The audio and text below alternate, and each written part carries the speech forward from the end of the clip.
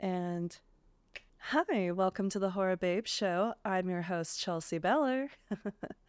And you may have noticed I sound a little nasally. Well, you'd be right. I was sick. Well, I was sick last week. It sucked. Just a cold, thankfully. Yeah, but that hindered a lot of things. One being, I did not want to subject any victims/guests to my awful cold. So today's episode is going to be a little different. We're doing a review. Just me. And I know that's a little unconventional, but you know what? I've only done 2 episodes. Like, who's to say what the norm is? I'm still inventing. I'm still designing this channel. This channel can be whatever I want it to be. It's my channel. So, this is what it is. Plus, I think you guys will be pretty excited because the review is of Godzilla Minus One. And you might be thinking, Chelsea, Godzilla Minus One hasn't come out yet. How could you have watched it? What, did you go to Japan? No, I did not go to Japan. I would like to one day and see Godzilla in person, but no. You see, I have Mike's Monsters, Mike, my boyfriend, to thank. He entered us into a raffle of sorts to go to the U.S. premiere. That's right. It didn't premiere anywhere else in America except for Hollywood at the Directors Guild of America on Friday night.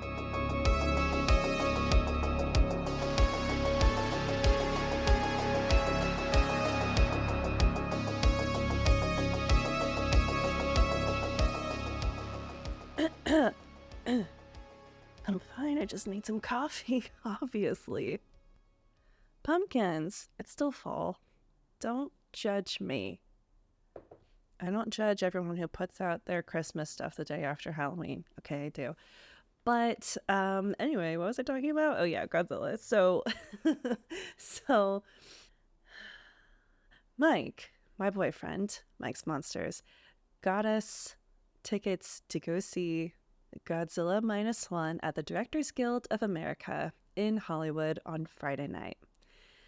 It was the place to be. It was really happening. There was a real red carpet. I've never been on a red carpet. I've never even had red carpet. That's very like 70s, 60s feel. We got to touch the red carpet. I got to stand on the red carpet and have my picture taken, which was really lovely. Not that we were guests or anything. Mike and I just like, hey, can someone take a picture of us? But it was really fun. And there was like a VIP area, which of course we weren't invited to, which is fine. But we got to see a lot of people. The director, Takashi Yamazaki, and the lead actor. Ooh, what is his name? I don't remember his name. Hold on. I gotta look it up and I'm sick and I'm sorry. Kamiki Ryunosuke. I totally said that right. I said it right. I'm sorry if I said it wrong. They were there and it was so cool to see them in person and then see Kamiki on the big screen. I mean, he's in it. Like, you're just following his story. I'm getting ahead of myself. So we got to see the movie and then there was a Q&A after, which you can watch the whole Q&A on Mike's Monsters channel. Go check it out. It's cool. And the Q&A was great. This movie, let's just jump right into it. This movie is incredible. It's incredible. There aren't enough synonyms. People have used the word masterpiece, and I understand. It is a beautiful film, which is weird to say for a Godzilla movie. You know, you're used to seeing a guy in a suit and he's, drunkenly wandering around. And not that he's drunk. I just always, sorry. I just always make that joke. Why is Godzilla so drunk? Because he's just like, if you've seen it. Which if you haven't, you need to see a Godzilla movie where he's in a suit. Pretty much anything from 54 to 80s, I think. Yeah. Oh my god. But you wouldn't necessarily say any of those movies are beautiful. They have beautiful moments, you know? And then there's totally beautiful moments in any of the Monsterverse movies. Mike and I rewatched all of them like night after night after night right before, because we were just getting pumped, And that first movie with Bryan Cranston, I forgot how good it is. It's really good. Like, minus the fact that Bryan is barely in it, which he needs to be in it more because he's Bryan. But, he had to go build a meth lab, so I understand. But those movies are great. And they have beautiful moments. They really do. Like, the Mothra moment to me is always like... like, my heart just fills, and I love Mothra. Biggest fan. But they're more action-packed and exciting and riveting, and it's like watching giant CGI monsters wrestle. I mean, that is pretty much literally what you're watching, which is fine, and it's great, and it's exciting, and you walk away and you're just like, my heart my heart is just because it's a lot. But this movie was different. It made my heart race for different reasons. I should say, I'm going to be alluding to things. I don't want to give away total spoilers, but there will be some spoilage, if you will. So if this is what you want, if you want spoilage, then keep watching. But if you're like, whoa, la la la, then by all means, turn this off and go watch Godzilla Minus One and then come back and watch it again. Okay. Godzilla's almost there from the get-go, which is interesting because I feel like normally it's more of like a Jaws thing where you don't really see him until later. But this was like, you sit down, the screen comes on, and you're in it. I mean, you're just... I almost said you're fucking in it. But that, yes, I can swear on this channel. This is my channel. I'm swearing. So you're fucking in it. And it takes place during World War II, which obviously was a hard time for the world, a very hard time for Japan. And you're put there. You're placed right in post-World War II Japan. And it's horrible. And it's terrifying. And it's like you're experiencing all of the destruction that happened and just the complete state of chaos that that country was in. And then Godzilla shows up. And it's like, what? What? No. Like, no. we can't have gone through all of this and then Godzilla shows up. And he doesn't show up in a, hey, let me make this better kind of way. Because, sometimes he shows up that way. He shows up and makes everything worse. So much worse.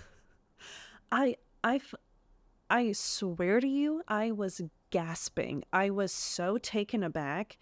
There are moments that I'm just in a complete state of shock. Here's a spoiler. Godzilla does this thing pretty much from the beginning where he picks up a person with his teeth.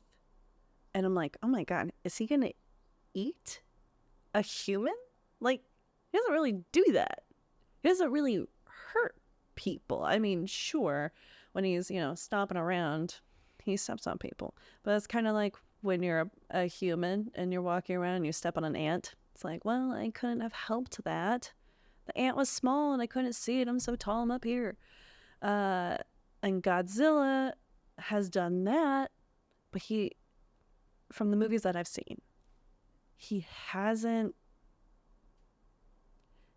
ever been malicious before. But this time he was. He picked the person up with his teeth and he threw them. He just threw them. He threw them like I don't know, like your cat will. Do you have cats?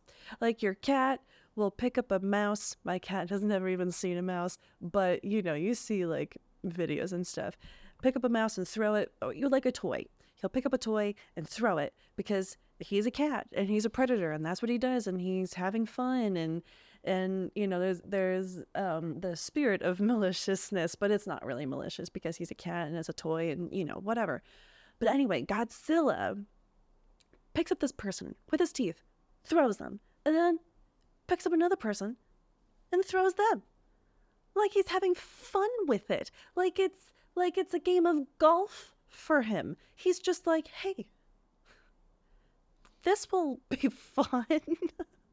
Oh my God, my mouth was so wide agape. A person could have fell in it. Like, it was insane. It was insane. Ugh, there's so much to say. And you follow the main character. Kamiki is the actor's name. I don't know how to pronounce that correctly, so I'm sorry if I mispronounced that. Kamiki? I get that. Kamiki is phenomenal, by the way. Oh my God. Like, that man deserves an award. More than one. At least two. Wow. He's incredible, and you're just following his story, and it's almost more about him than about Godzilla. You know what I mean? Like, you're just, like kind of in the way that with the Monsterverse movies and Millie Bobby Brown, and you're following her story. It's kind of like that, but in the Monsterverse movies, it's also about like Godzilla's origin story and all of that. But this wasn't really like that. It was more Godzilla is the villain.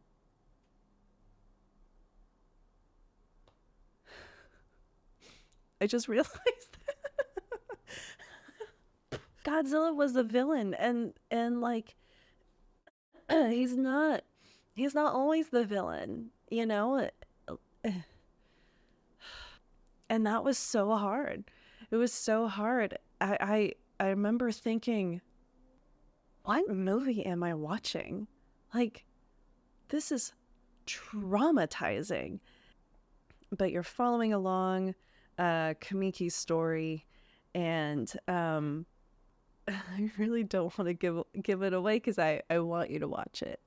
It's just such a beautiful, horrible film. I mean, not horrible like it's bad, just like horrific. And as we go along with Kamiki in this post-World War Godzilla wrecked society.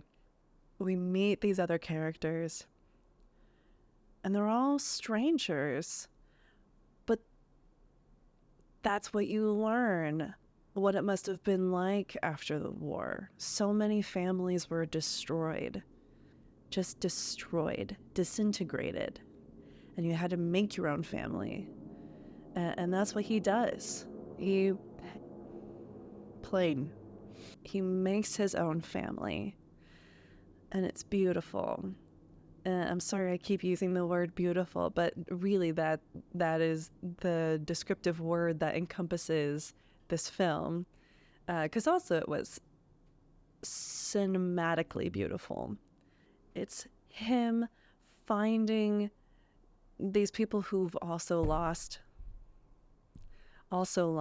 so much, and they all come together.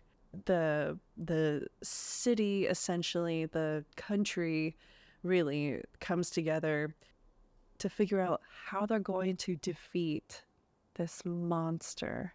And he is a monster. I'm not going to tell you if they defeat him or not. I'm not going to tell you what happens. But you are put on a roller coaster ride, a worse than a roller coaster ride. You're just following along. There's so much more destruction than I think I've seen in a Godzilla film, in any film in a long time, just because you're put so deeply in this story. It's like it's attacking you personally, because the message, let's just talk about the messages, I should say, relate specifically to World War II, post-World War II. But also they're just broad enough that you can really put yourself there. You know, if you are a person who's experienced loss, if you're a person who has lost a family member or just a loved one at all, you can relate to this. If you have ever reached rock bottom, you can relate to this. If you have had to pull yourself up by your bootstraps, you can relate to this. If you've ever had to look deep inside yourself and find a reason to live, you can relate to this. Like, there are so many aspects of this film that you can kind of grip onto and connect with. And I think that's really what makes a great film, as long as you can put yourself there. And it's not you putting yourself there, it's the film kind of grabbing you, you know, like you're just letting it happen, and you're in it, and it's not just you sitting on the couch watching a movie. It's you're experiencing what the actors in the film are experiencing. And that's what this movie did. I wrote down so many notes, and honestly, I haven't even touched the tip of the Godzilla's head. Well, I should also just talk about the experience of watching this with so many Godzilla fans in the room. Oh my God. Like, from the minute he does his first roar, people were hooting and hollering, people were clapping. It was crazy. The moment his theme came on, people were like just shouting and clapping again. Oh, this was really cool to find out. Takashi Yamazaki, the director, also did the VFX for this, which is crazy, and I love that. So, okay, I need to back up. One of the questions from the Q&A was about the VFX, and Yamazaki confessed that, or maybe it was Kamiki, regardless, they did the VFX for Godzilla, of course, and like the explosions and all of that, but they didn't do the VFX for water. Like all the water stuff that you see is real, which is insane, because that is incredibly difficult. If you've ever been on a set or you've watched a behind the scenes something or other, it is so insanely difficult to shoot anything on or in the water, because the ocean, as we all know, is unpredictable. And yeah, so major kudos regarding that. Like, that's crazy. Yeah, there were my one super minor note is more of a budgetary thing than anything. So this film is a Japanese film, right? It wasn't made in America. And we Americans like to spend money on films, making them. And so, like the Monsterverse movies, I'm sure their budgets were exponential. But this film had a much smaller budget than those did do. Some moments of the VFX are not of the same quality, but had they had more money to spend and more time, then it probably would have been. So that's purely a budget and timing thing, and I certainly don't criticize Yamazaki for his VFX or any of the VFX team for that, because the effort was there and the visual is there. I mean, it really is.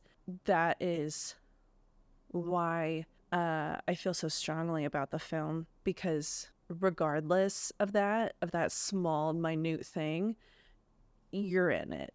Like, if the VFX were really bad, then you wouldn't care, right? You wouldn't be in the film. You'd just be like, what am I seeing? This is super pixely, like, you know. But obviously it wasn't.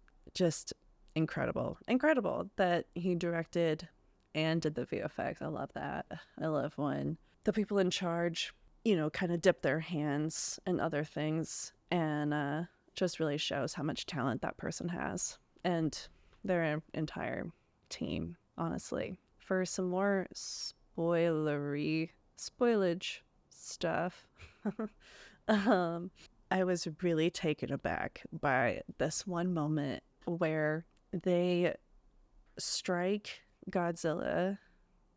I won't say how. And part of him is blown up.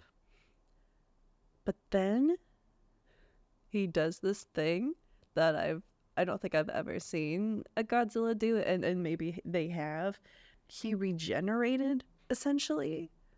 And that was unbelievable. It was unbelievable. It I think it made me gasp again.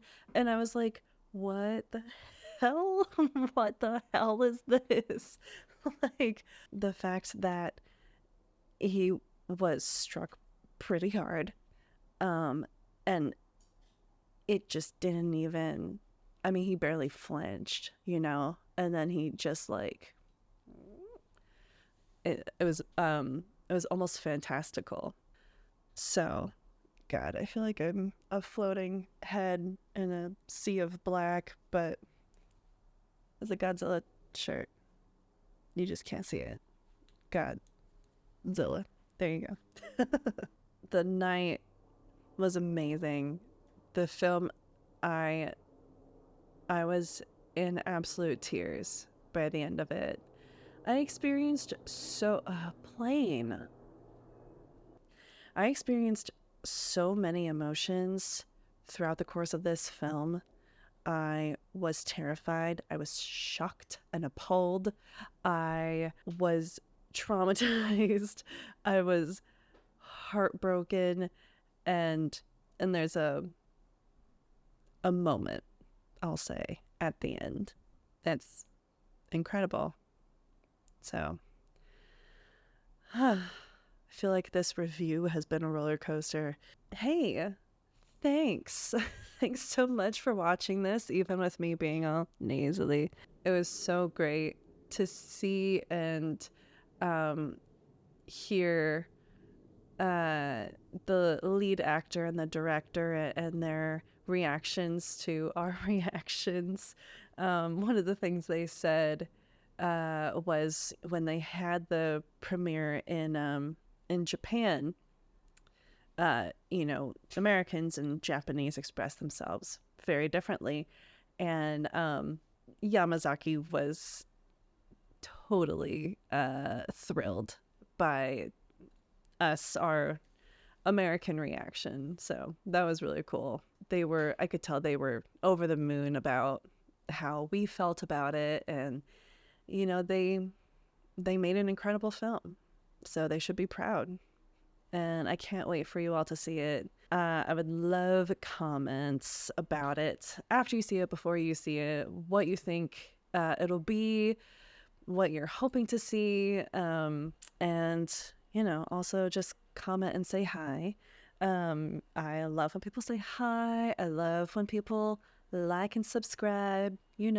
This has been the Horror Babe Show with your host, Chelsea Beller. And thank you so much for giving me the space, allowing me the space and time to talk about this film and my red carpet experience. And, if you enjoyed this, let me know. If you want more like one-on-one Chelsea time reviews, I'm happy to do that, because this channel is what I make of it. So if I want to start throwing in little one-on-ones, then that's what I'll do. Anyway, thanks, babe. Have a great night. Have a great day. Have a great whatever. It's almost Thanksgiving. Enjoy your Thanksgiving. When is this coming out? This week. So I'll probably have, I just might have another video before the end of the month. So stay tuned for that. Enjoy your holiday season. And I don't know. I was going to say, be cool, or that's stupid. Just, do you. Okay. Bye, babe.